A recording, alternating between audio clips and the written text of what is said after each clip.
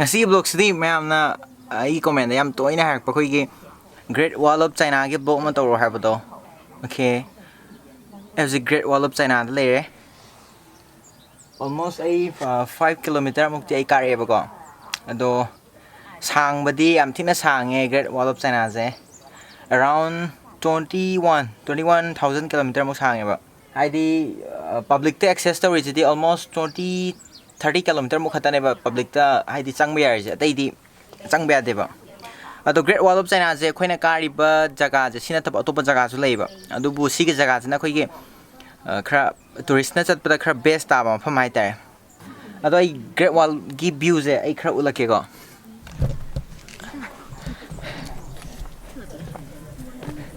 si pham je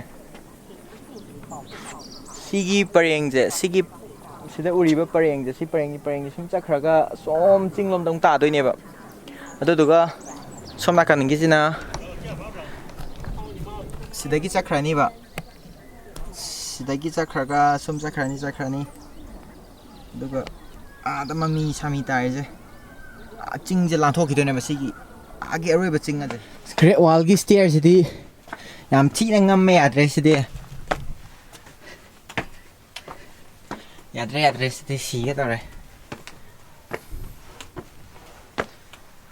yo tu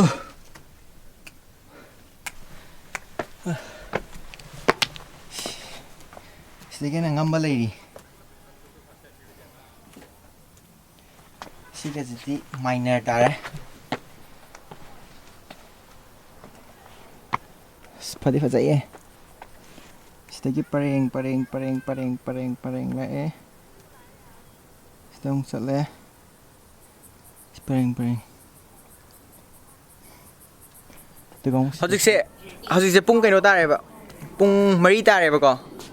ado khar ai mi ya mana di pung tara trama thoi baro sai mi am sil le ba ado hojik ti pung mari taram ni na khar kom dare mi yam na leina dre ado som side ki da ka ba mam su lei ba som side ki ne khar mi ji khar chil le to sima mang gi je sima mang dei je sida ka bam lei ba si na mi khar chil le ado sina kan gi khoina ka rai ji mi khar ko me ba yam free da mamang da muka river Great Wall je ado mi am sil le mi kri inai ado hojik ti mi je ko ma bani yam thi nuai Beijing Great Wall gi yengbam je ani sui ba amana sigi si jaga jina badaling ka we ba ado mafam ama da su lei ba do mayam na tourist mayam na khwai da gi yengna ba mafam di sigi badaling khoina je ka rai je ado si khoina ka rai ba jaga ji gi di season na loire sidagi di tourist sangan reba it's like sunakan da kai tharak pai tare kharga dum tourist ki da sum kai bani na pharak ta da adu dugi kahan re sida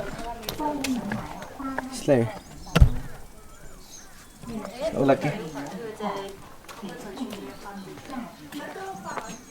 slay to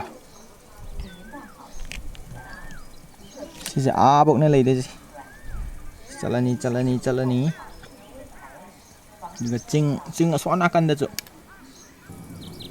CCTV camera le tu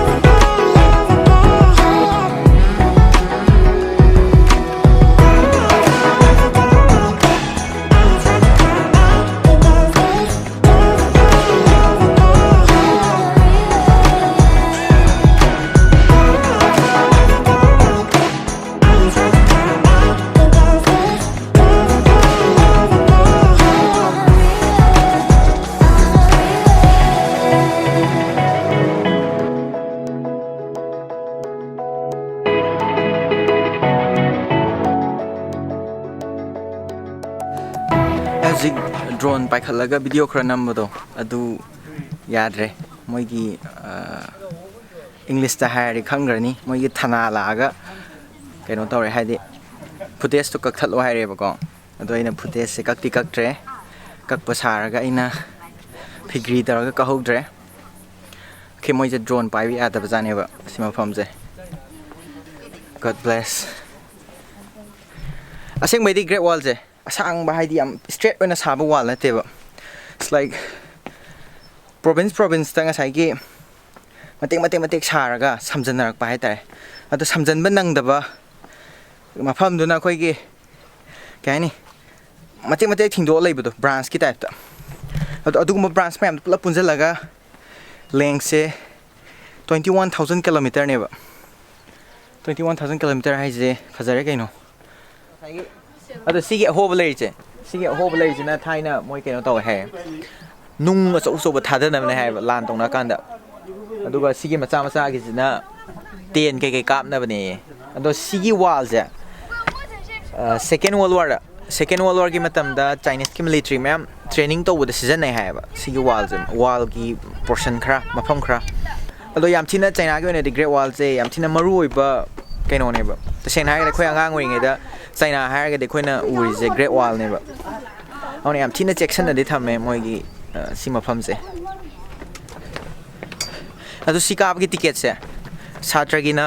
20 yuan indai sada ha ga de 200 duga adult hadi satra gi kena tabagi na 400 rupees sai da indai sada ado khoi gi ex military gumba han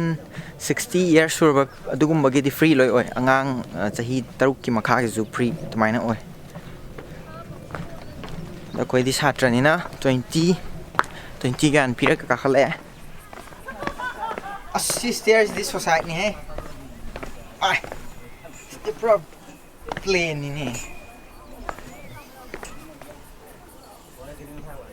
stiave